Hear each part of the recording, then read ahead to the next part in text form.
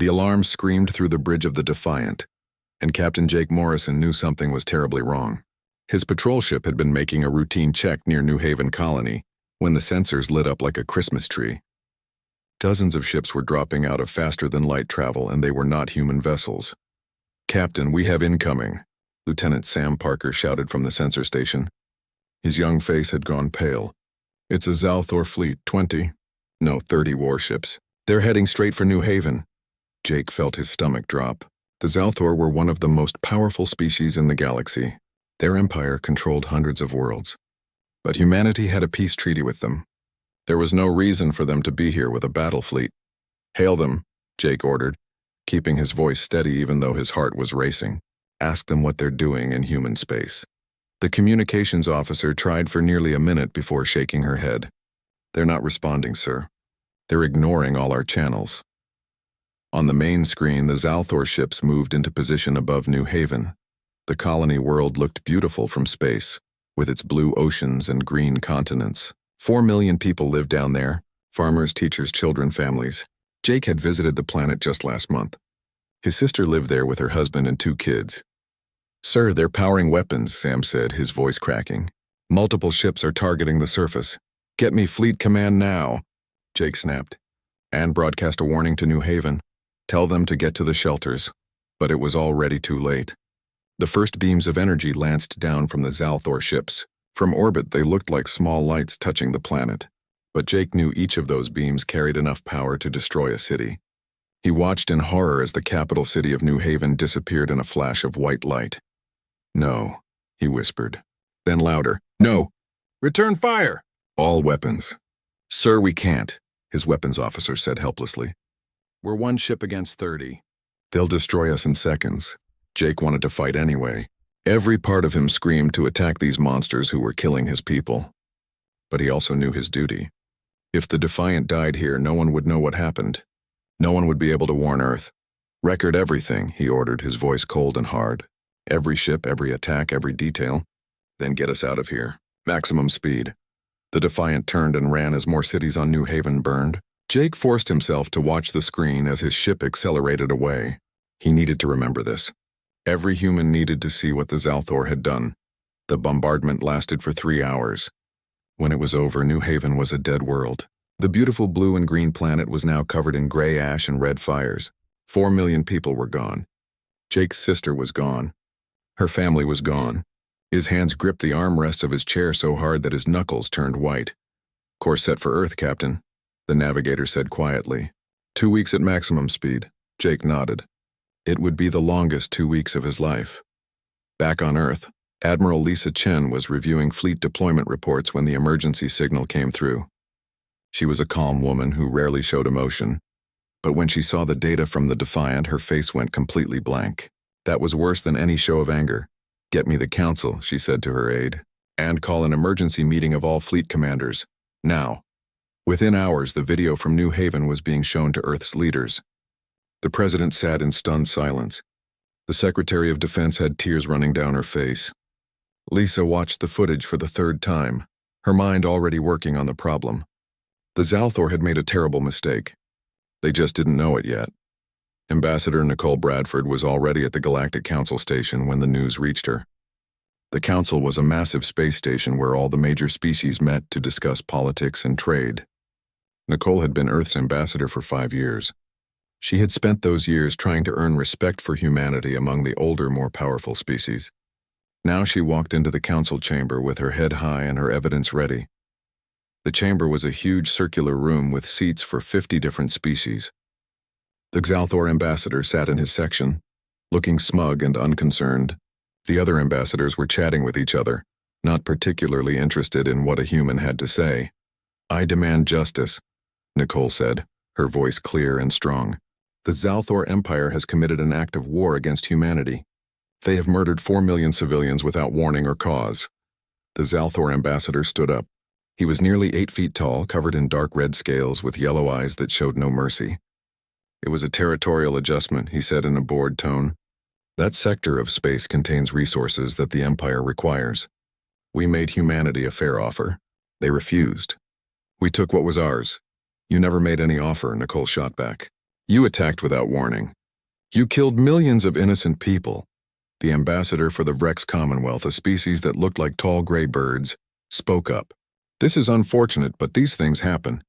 The sector in question is indeed resource-rich. Perhaps Earth should accept reasonable compensation and move on.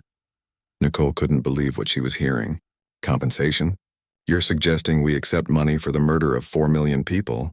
The Kalishi representative, who resembled a floating jellyfish, rippled its tentacles in what might have been a shrug. Earth is a young species. You must understand that in galactic politics, territorial disputes are common. The Zalthor are offering 10 billion credits in reparations. That is quite generous. We also suggest, the Zalthor ambassador added, that humanity withdraw from the disputed sector entirely.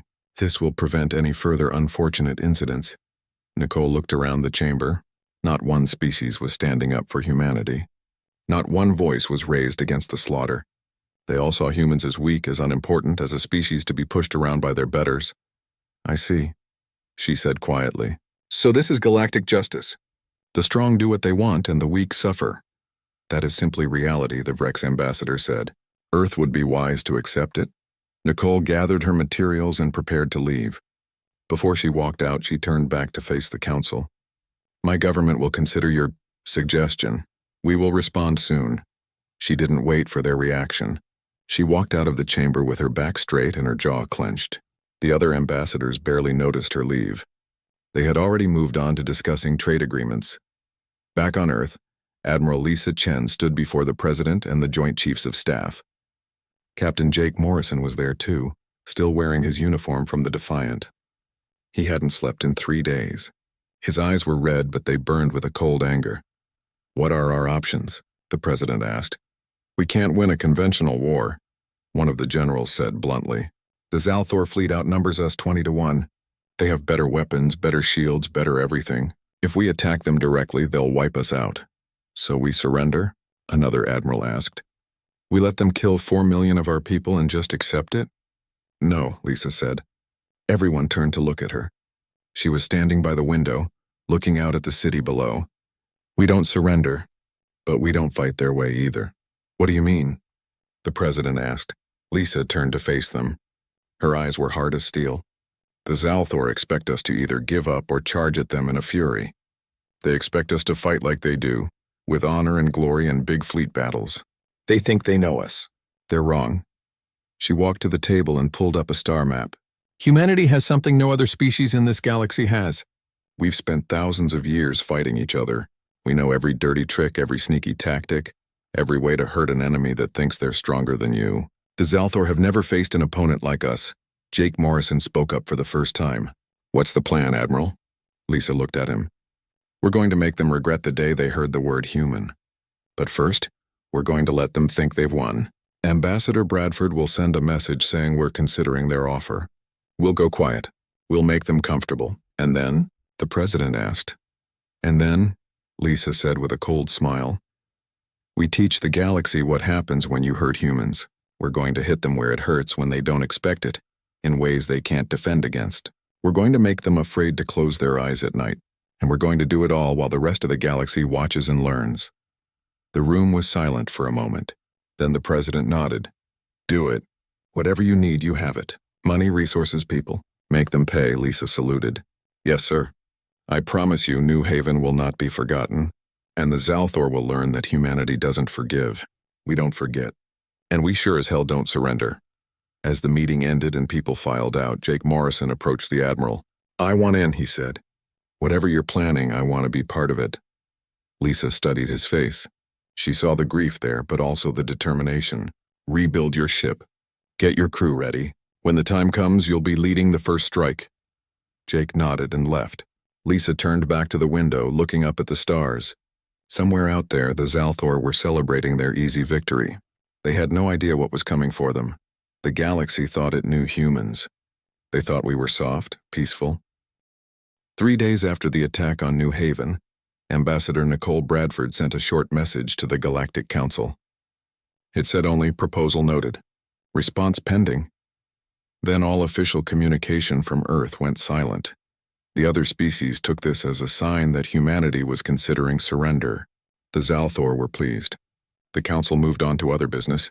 No one paid much attention to what the humans were doing. That was their first mistake. On Earth, Admiral Lisa Chen activated something called the Total Response Protocol. It was a plan that had been created years ago, just in case humanity ever faced an extinction-level threat. Every human colony, every space station, every settlement got the same message. Every resource would be directed toward one goal. Every person would contribute. This was not just about revenge. This was about survival. In a secret research facility under the mountains of Colorado, a scientist named Kyle Martinez was given a new assignment. Kyle was brilliant but difficult. He didn't follow the rules. He asked questions that made people uncomfortable. He designed weapons that other scientists said were too dangerous or too crazy.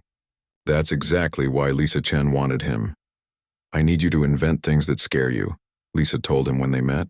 "I need weapons and technology that break every rule of normal warfare. Can you do that?" Kyle looked at the footage from New Haven.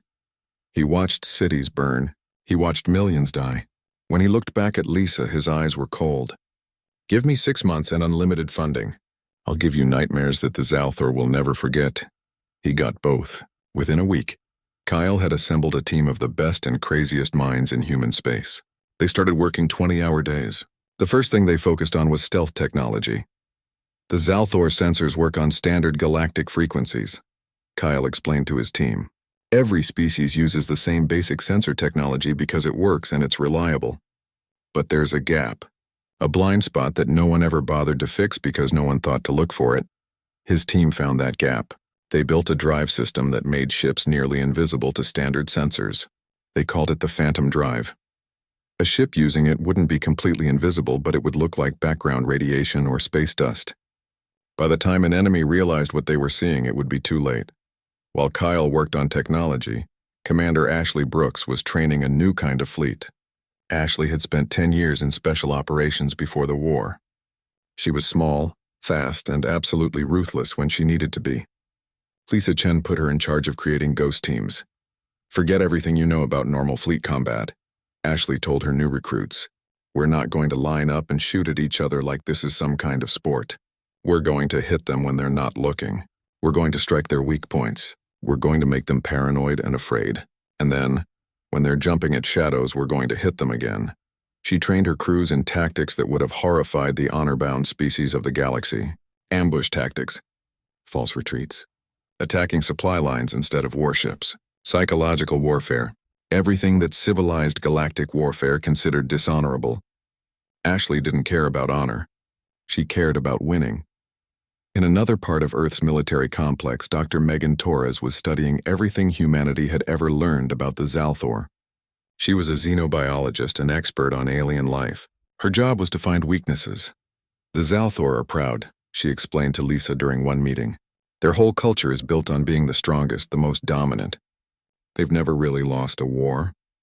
They don't know how to handle being hurt by someone they consider inferior. So we hurt their pride as much as their military," Lisa said. "Exactly. We make them look weak. We make them look foolish. Every time we hit them and get away, it damages their reputation. In their culture, that might be worse than losing ships." Megan also found physical weaknesses. The Zalthor relied heavily on centralized command structures. Their ships needed constant communication with their commanders to function effectively. Cut off that communication and their fleet cohesion fell apart. She also discovered that their shields, while powerful, had a specific frequency vulnerability that human weapons could exploit if modified correctly. All across human space, shipyards were working day and night. Construction crews worked in triple shifts. New ships were being built, but not the massive dreadnoughts that other species favored. Instead, humanity built smaller, faster ships. Lots of them. Each one equipped with Kyle's Phantom Drive and Ashley's special modifications. Ryan Fletcher watched the construction from the observation deck of the Mars shipyard. He had been a civilian engineer on New Haven. He had lost his wife and both his children in the attack. He should have been with them, but he'd been visiting Mars for a work conference. That accident of timing had saved his life and cost him everything that mattered. Now he worked 18-hour days helping build the fleet that would avenge his family. He barely slept. He barely ate. All he did was work. The other engineers worried about him, but they understood. Everyone working on this project had lost someone. "We're putting everything we have into this," a coworker named Carl said one night as they took a rare break. "What if it's not enough? What if we lose?" Ryan looked at him. His eyes were empty of everything except cold determination. "Then we make sure we hurt them so badly that they remember us forever. If humanity dies, we're taking a piece of the Zalthor with us." The Zalthor, meanwhile, were celebrating. They had absorbed the disputed sector without any real resistance. Their military leaders were being honored. Their emperor gave speeches about the natural right of the strong to rule over the weak. They posted minimal guards on their borders with human space. After all, what could humans possibly do? The Galactic Council had moved on to other business. A trade dispute between the Vrex and the Kaleshi, a request from a minor species for membership, the usual politics. Humanity was barely mentioned. Ambassador Bradford attended meetings but said little. She voted when required and then left quickly. The other ambassadors thought she looked defeated. They were wrong. She was watching, learning, waiting. 4 months after New Haven's destruction, Captain Jake Morrison stood on the bridge of a new ship. It was still called the Defiant, but it was completely different from his old vessel. This ship was sleek and dark, covered in special coatings that absorbed sensor scans. It had the Phantom Drive installed. Its weapons had been modified based on Dr. Torres's research, and most importantly, it had a crew that was ready to fight. "How does she handle?" Lisa Chen asked during an inspection tour. Jake ran his hand along the console. "Like a dream, Admiral. Fast, quiet, deadly. Exactly what we need." "Good. Because you're going to be the tip of the spear. When we strike, you'll lead the first attack." Jake nodded. He had been waiting for this. "Where and when?" "Soon. Kyle is finishing the last modifications to the fleet. Ashley has the ghost teams ready. We're almost prepared." "What about the rest of the galaxy? What happens when we start hitting back?" Lisa smiled, but it was not a kind smile. "Let them watch. Let them see what happens when you push humans too far. Some of them will be scared." "Good. Fear might make them think twice before they try something like this again." 6 months after the attack, everything was ready. Humanity had built a fleet of 200 ghost ships. They had trained thousands of crew members in new tactics. They had weapons that could hurt the Zalthor. And most importantly, they had a target. The fortress world of Kaldus was the heart of Zalthor military power. It was where they trained their officers, where they built their doctrines, where they celebrated their victories. In 2 weeks, the Zalthor were planning a massive military parade on Kaldus to commemorate the successful resolution of the human problem. Lisa Chen looked at the battle plans one more time. Kyle Martinez had given her the weapons. Ashley Brooks had given her the tactics. Megan Torres had given her the targets. Jake Morrison and his crews were ready to strike. Everything was in place. "Send the word," she told her communications officer. "All ghost teams are go. Operation First Blood begins in 72 hours. The message went out on encrypted channels to 200 ships scattered across human space. Crews checked their systems one final time. Weapons were charged. Phantom drives were tested. Everyone knew this was it. This was the moment when humanity stopped being the victim and became something the galaxy would fear. Jake Morrison stood in his quarters, looking at a photo of his sister and her kids. He had carried it with him every day since the attack. "I'm sorry I couldn't protect you," he whispered. "But I promise you they're going to pay. Everyone who hurt you, everyone who let it happen, everyone who thought humans were too weak to fight back. They're all going to learn they were wrong." He put the photo in his pocket, straightened his uniform, and walked to the bridge. His crew was already there, quiet and focused. They all knew what was coming. They were all ready. "Take us out," Jake ordered. Silent running. "Set course for Kaldus." The Defiant slipped out of Earth space, its Phantom Drive making it nearly invisible. Behind it, 199 other ships did the same, spreading out across dozens of different routes. The Zalthor sensors never saw them. The galactic observation posts never noticed. The military parade on Kaldus was everything the Zalthor had hoped it would be. Thousands of officers marched in perfect formation. Massive war machines rolled down the streets. The Emperor stood on a high platform, watching his forces with pride. Cameras broadcast the event across the entire Zalthor Empire. This was meant to show their strength, their dominance, their absolute power. The military academy stood at the edge of the parade grounds. It was a massive complex where every Zalthor officer received their training. Inside those walls, the next generation of commanders studied warfare, tactics, and the art of conquest. It was the pride of the Empire, a symbol of their military tradition going back thousands of years. No one noticed the 3 small ships that appeared in orbit. Their phantom drives kept them hidden from sensors. They hung there, silent and deadly, waiting for the right moment. On the Defiance Bridge, Captain Jake Morrison watched the parade through the ship's cameras. He saw the Zalthor celebrating. He saw them proud and arrogant. He thought about New Haven. He thought about his sister. He thought about 4 million dead humans. Target locked, his weapons officer said quietly. All ships report ready, the communications officer added. Jake took a deep breath. This was it, the moment that would change everything. Once they fired, there was no going back. Humanity would be at war with one of the most powerful empires in the galaxy. He thought about backing down for exactly half a second. Then he thought about children burning on New Haven. Fire, he ordered. 3 beams of concentrated energy lanced down from orbit. They hit the military academy with perfect precision. The building that had stood for 3,000 years disappeared in a flash of white light. Hundreds of Zalthor officers and thousands of students died instantly. The parade stopped. The celebration turned to chaos. Alarms screamed across Caldus. The Zalthor fleet scrambled to respond, but by the time they got their ships moving, the 3 human vessels were already gone. Jake's communications officer opened a channel on every Zalthor frequency. Jake spoke clearly, making sure every member of their empire could hear him. For New Haven, this is just the beginning. Then the Defiant jumped to faster than light speed and vanished. The Zalthor Emperor was furious. He demanded his military find the human ships immediately. He wanted them destroyed. He wanted Earth itself turned to ash. But his commanders had a problem. They couldn't find the human ships. Their sensors showed nothing. It was like the humans had become ghosts. The Galactic Council held an emergency session. Ambassador Bradford was summoned to explain humanity's actions.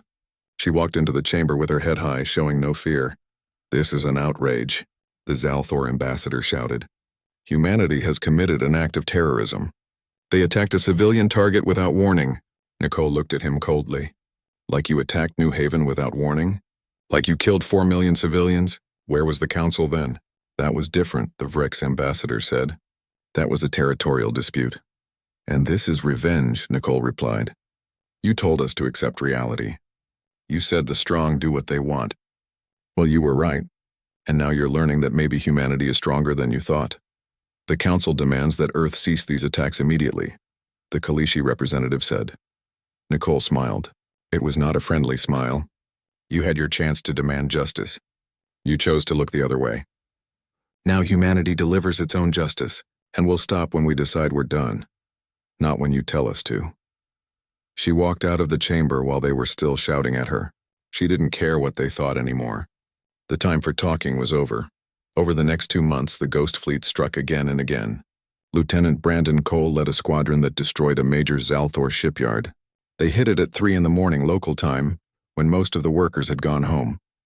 The shipyard had been building new dreadnoughts. Now it was a field of twisted metal and debris. Commander Kate Sullivan found a Zalthor supply depot that served 20 star systems. Her team planted charges throughout the facility and set them on a timer. They were 3 light years away when the depot exploded, taking months' worth of supplies with it. A pilot named Danny Park became famous among the human fleet for his crazy flying. He led a fighter group that ambushed a Zalthor patrol fleet. The battle lasted 12 minutes. When it was over, 15 Zalthor ships were destroyed and the humans had only lost 2 fighters. Danny and his wing made it home safely. The Zalthor tried everything to stop the attacks. They increased patrols. They put shields around important facilities. They changed their sensor frequencies. Nothing worked. The humans always seemed to know where to hit and when. They appeared out of nowhere, struck hard, and vanished before reinforcements could arrive. What the Zalthor didn't understand was that humans fought differently. Galactic warfare was about honor and direct confrontation. You lined up your fleets, you fought, and the strongest side won.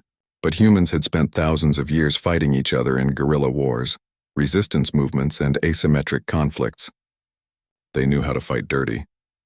Commander Ashley Brooks coordinated the attacks from a hidden command center. She used every trick humans had ever invented. False intelligence to draw enemy ships away from real targets. Decoy signals to make the Zalthor think attacks were coming from the wrong direction. Hit-and-run strikes that destroyed morale as much as they destroyed ships. The key is unpredictability, she explained to her team leaders during a planning session. They're trying to find a pattern in our attacks. Don't give them one. Hit military targets, then supply lines, then communication stations. Keep them guessing. Keep them afraid. And the Zalthor were becoming afraid. Soldiers started jumping at shadows. Officers saw threats everywhere. Paranoia spread through their military like a disease. They were the strongest empire in the galaxy, but they couldn't stop a few hundred human ships. It was humiliating. Dr. Megan Torres continued to feed intelligence to the fleet. She had hacked into Zalthor communication networks and was reading their internal messages. She saw the fear growing. She saw their confidence cracking. She passed all of it to Admiral Chen. Their military command is fracturing, Megan reported. Officers are blaming each other for the losses. Some are demanding they attack Earth directly. Others want to sue for peace. They're arguing with each other instead of focusing on us. Good, Lisa said. Keep the pressure on. Don't give them time to recover. Ryan Fletcher had joined one of the Ghost teams as a combat engineer. His job was to disable enemy systems and plant explosives. He was good at it. Maybe too good. He took risks that made his teammates nervous, but he always got the job done. During one raid on a Zalthor communications hub, Ryan's team got trapped by enemy reinforcements. They were pinned down with no way out. Ryan looked at the reactor core they had been sent to disable and had an idea. Get everyone to the extraction point, he told the team leader. I'm going to give you a distraction. What are you going to do? Ryan smiled grimly. Something that'll either be brilliant or get me killed. Probably both. He rewired the reactor to overload, but on a delay. Then he started broadcasting fake signals that made it look like multiple human teams were attacking different parts of the station. The Zalthor guards rushed to respond to the false threats. Ryan's team made it to their ship and got away. 10 minutes later, the reactor exploded. The entire communications hub was destroyed. Ryan had made it to the ship with 30 seconds to spare. You're crazy, the team leader told him afterward. Maybe, Ryan replied. But it worked. The Zalthor tried to set a trap. They leaked false information about a weak point in their defenses, hoping to lure human ships into an ambush. But Ashley Brooks saw through it. Instead of taking the bait, she used the trap against them. She sent a small force to make it look like humans were falling for the trap. The Zalthor fleet moved in to spring their ambush, but then Ashley's real force hit them from behind. The Zalthor had been so focused on their trap that they left their rear exposed. 50 Zalthor ships were destroyed before they could react. After 2 months of constant attacks, the Zalthor Empire was bleeding. They had lost ships, bases, resources, and worst of all, their confidence. Their citizens were demanding action. Their military was demoralized. And still the human attacks continued. The Galactic Council watched in stunned silence. The species that had dismissed humanity as weak and unimportant were now seeing a different picture. The humans weren't just fighting back. They were winning. A minor species was bringing one of the great powers to its knees. Some species started to reconsider their opinions of humanity. The insectoid Cleth sent a private message to Earth, offering trade agreements and military cooperation. They had always respected determination and skill in battle. A few other species did the same, but others were worried. If humans could do this to the Zalthor, what could they do to anyone who crossed them? The galaxy was learning to fear humanity, and fear changes everything. On Earth, Admiral Lisa Chen reviewed the battle reports. The campaign was going better than she had hoped, but she knew the Zalthor would respond eventually. They couldn't let this continue without losing face completely. They would have to do something dramatic. The Zalthor Grand Fleet was a sight to terrify any species. 800 warships moving together through space, each one bristling with weapons. Dreadnoughts the size of small cities, cruisers that could reduce a planet's defenses to rubble, fighter carriers holding thousands of combat craft. It was the largest military force assembled in over a century, and it was heading straight for Earth. The Zalthor Emperor himself was aboard the flagship, a massive vessel called the Dominant Fang. He wanted to personally witness humanity's destruction. He wanted to see the look on human faces when they realized they had made a terrible mistake by defying the Empire. On the bridge of the dominant Fang, the Zalthor admiral in charge of the fleet reviewed their battle plan. It was simple and brutal. They would enter the Sol system, destroy any human ships they found, and then bombard Earth until humanity surrendered unconditionally. If they refused to surrender, the fleet would reduce Earth to ash just like they had done to New Haven. "How long until we reach their home system?" the Emperor asked. 2 days, Your Majesty," the Admiral replied. "We are broadcasting our approach on all channels as you commanded. We want them to know we are coming. We want them to be afraid." The Emperor nodded with satisfaction. The broadcast was deliberate. He wanted every human to see this fleet coming for them. He wanted them to know that resistance was futile. He wanted them to beg for mercy. But on Earth, Admiral Lisa Chen was not begging. She was smiling. "They took the bait," she said to her command staff. "Hook, line, and sinker." "They're broadcasting their course," her intelligence officer reported. "They'll arrive in the Sol system in approximately 48 hours. They're not even trying to hide their approach." "Arrogant fools," Commander Ashley Brooks said. She was standing next to Lisa, reviewing the defensive preparations.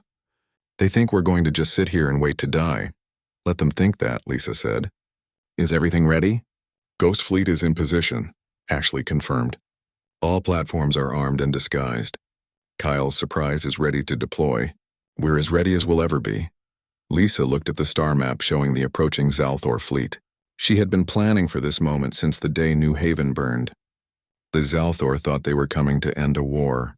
They had no idea they were walking into the biggest trap humanity had ever set. Captain Jake Morrison's Defiant was hiding behind one of Jupiter's moons along with 50 other ghost ships. They were running completely silent, their phantom drives making them invisible to the Zalthor's sensors. Jake and his crew had been waiting for 3 days. "They were ready. Think they'll actually come?" Lieutenant Sam Parker asked nervously. "Oh, they'll come," Jake said with certainty. "They're too angry and too proud not to.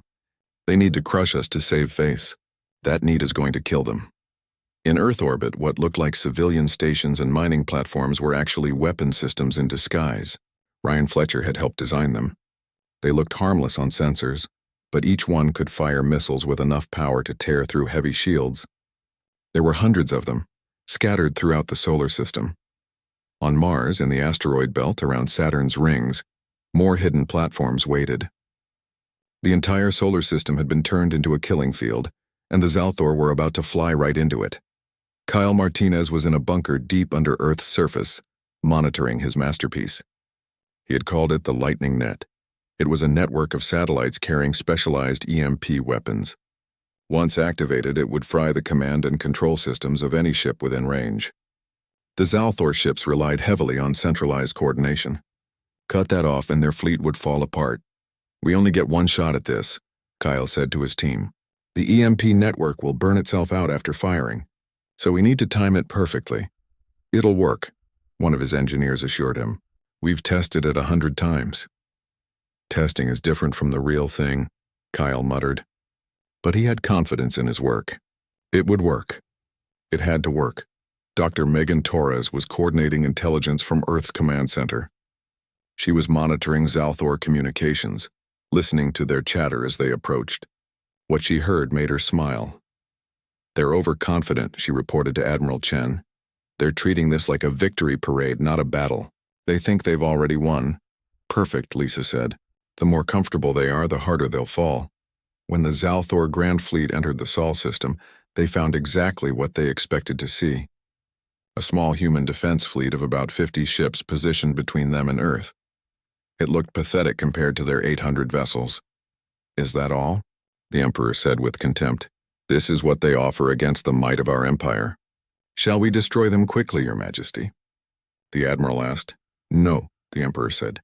"I want them to watch as we sweep aside their defenses.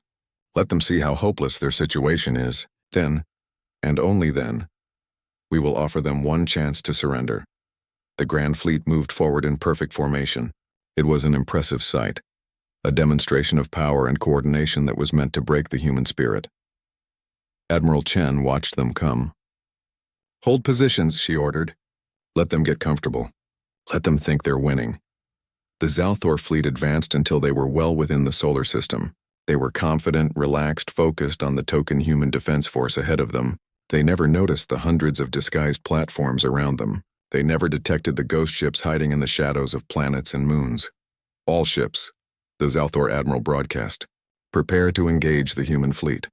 Show them the power of the Empire. Now, Admiral Chen said quietly. Kyle Martinez hit the activation button for the lightning net. Across the solar system, satellites powered up and released a coordinated electromagnetic pulse.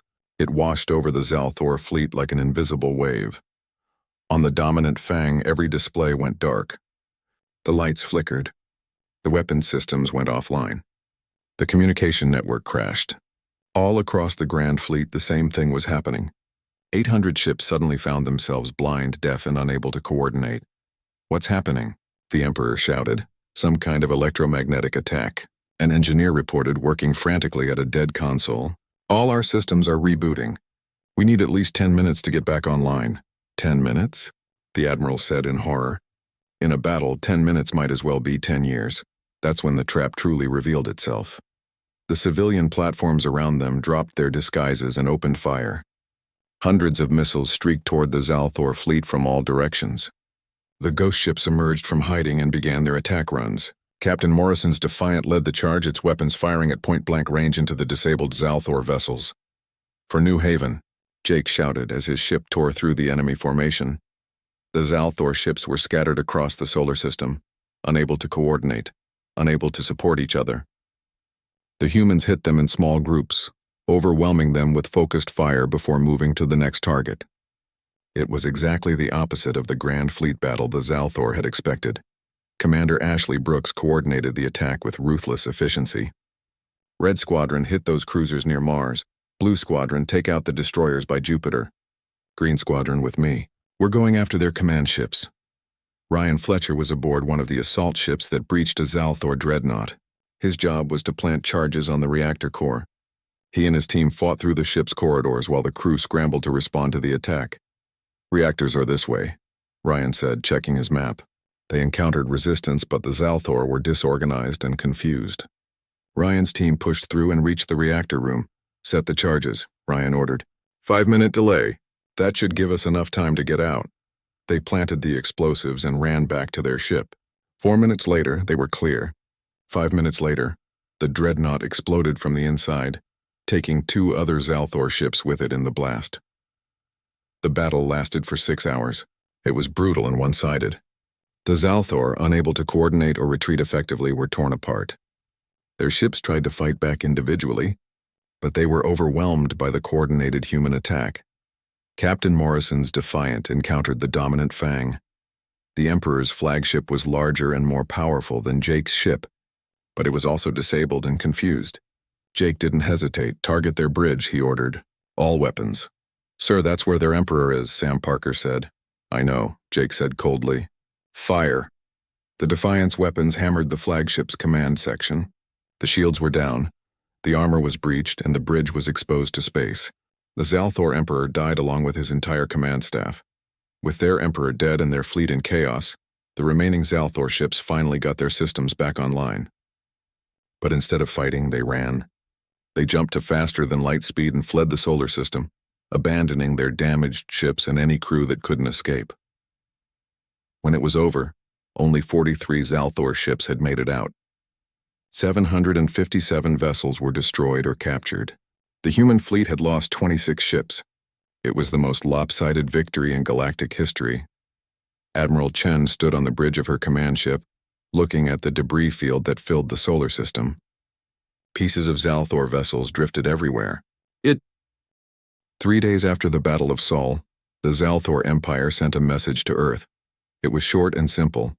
They wanted to discuss terms for peace. The empire that had attacked without warning now begged for negotiations. The tables had turned completely. Admiral Lisa Chen sat across from the Zalthor delegation in a neutral station. The lizard-like aliens who had once been so arrogant now looked defeated. Their military was shattered. Their emperor was dead. Their pride was broken. "What are your terms?" the new Zalthor leader asked. He was younger than the old emperor, and he looked like he hadn't slept in days. Lisa pulled out a document. She had prepared these terms carefully. Full reparations for New Haven, every credit of cost, plus compensation for each life lost. The sector you attacked us for will be turned over to human control. You will submit your military commanders who ordered the attack to stand trial for war crimes. And you will demilitarize your entire border with human space for a distance of 50 light-years. The Zalthor delegation looked stunned. These terms were harsh. They would cost the Empire enormous amounts of money and territory. But they had no choice. They couldn't fight anymore. We accept, the leader said quietly. Good, Lisa replied. Sign here. As the Zalthor signed the treaty, Lisa felt no joy. Victory tasted like ash. 4 million humans were still dead. No treaty could bring them back. But at least their deaths had been avenged. At least humanity had shown the galaxy that such attacks came with a price. The news of the treaty spread across the galaxy within hours. The response was immediate and dramatic. Species that had ignored humanity before now sent ambassadors. The Cleath Confederation, who had been the first to reach out, established a formal alliance with Earth. The Vrex Commonwealth, who had been so dismissive at the Council, now offered trade agreements with extremely favorable terms. Even species humanity had never heard of were making contact, wanting to establish relations with the humans who had defeated the Zalthor. Earth's embassy on the Council station went from being one of the smallest to one of the busiest almost overnight. Ambassador Nicole Bradford found herself in an unusual position. Instead of begging for attention, she now had to turn away diplomatic requests because there were too many. Species wanted to talk to her, wanted to work with humanity, wanted to make sure they were on Earth's good side. It's amazing what a little fear can do, she said to her assistant during a rare quiet moment. Is that what we want, though? The assistant asked. To be feared? Nicole thought about that. No, but it's better than being dismissed. Fear gets their attention. Now we can build something better. Respect, partnership, trust. But first, they had to learn not to push us around. The Galactic Council held a special session to address the new reality. For the first time, they voted to give humanity a permanent seat on the Council's high command. It was a position usually reserved for the oldest and most powerful species. Earth had been part of the galactic community for only 12 years, but they had earned their place through blood and fire. When Nicole took that seat for the first time, she looked around at the other ambassadors. Some looked respectful, some looked nervous. None of them looked dismissive anymore. She had their attention now. But the biggest change came when the Council created a new position. Supreme Commander of Galactic Defense Forces. It was meant to coordinate military responses to threats. Every species knew who would fill that role. They offered it to Admiral Lisa Chen. Lisa stood before the Council to accept the position. I will take this role, she said. But understand something. I serve humanity first. If our interests align with the galaxy's interests, we will work together. If they don't, humanity will do what's necessary to protect our people. I won't apologize for that. The Council accepted her terms. They didn't have much choice. Lisa Chen had just proven she was the best military mind in the galaxy. Having her on their side was better than having her as an enemy. On New Haven, or what was left of it, Captain Jake Morrison stood among the ruins. He had returned to the colony world for the first time since the attack. The planet was still scarred, still broken, but already construction crews were working to rebuild. We're going to turn this into a memorial, Lisa had told him. A reminder of what happened here, but also a symbol that humanity doesn't stay down. We rebuild, we recover, we remember. Jake walked through what had been his sister's neighborhood. Nothing remained but ash and melted metal. He placed a small marker where her house had stood. It had her name, her husband's name, and the names of their 2 children. I kept my promise, he said quietly to the marker. They paid for what they did to you. The whole galaxy watched them pay. Ryan Fletcher was there too, working with the construction crews. He had been one of the first volunteers to return to New Haven. He spent his days helping build new structures on the ruins of the old. It was hard work, but it was healing work. Every building he helped create was a statement that the Zalthor hadn't won. They had destroyed, but humans would rebuild. "You doing okay?" Jake asked him when they met during a break. Ryan looked at his hands covered in dust and dirt from construction. "Some days are harder than others, but this helps. Building something new from what they destroyed. It feels like fighting back in a different way." "It is," Jake agreed. "They tried to erase us. We're proving they can't." Commander Ashley Brooks had moved on to a new role. She was now training other species in the tactics humanity had developed. The Cleth wanted to learn human-style warfare. So did several other species. Ashley found it ironic that the tactics the galaxy had once considered dishonorable were now being studied and copied. "The old ways of fighting are changing," she explained to a class of alien officers. "You can't just line up and shoot at each other anymore. You need to be creative. You need to be unpredictable. You need to think like your enemy thinks, and then do what they don't expect." The alien officers took notes carefully. They had seen what human tactics could do. They wanted to learn. Kyle Martinez was both celebrated and feared across the galaxy. His inventions had changed warfare forever. The Phantom Drive was revolutionary. The Lightning Net had destroyed a fleet. Other species wanted to hire him, wanted to buy his technology, wanted to learn from him. But Kyle had seen what his weapons could do. He had helped humanity win, but he had also seen the destruction they caused. He was more careful now about what he created and who he worked with. "I'll develop defensive technology," he told Admiral Chen during a meeting. "Shields, sensors, protection systems. But I'm done making weapons for a while. I've seen enough destruction." Lisa understood. "That's fair. We have enough weapons now anyway. What we need is to protect what we've built." Dr. Megan Torres continued her work studying alien species, but now she had a different purpose. Instead of looking for weaknesses, she was looking for ways to build understanding. She believed that the better humans understood other species, the less likely future conflicts would be. "Knowledge prevents war," she said in an interview. "If we understand each other, we're less likely to fight. The Zalthor attacked us partly because they didn't understand humans. They thought we were weak because we're young. They were wrong, and millions died because of that misunderstanding." She established the first intergalactic cultural exchange program.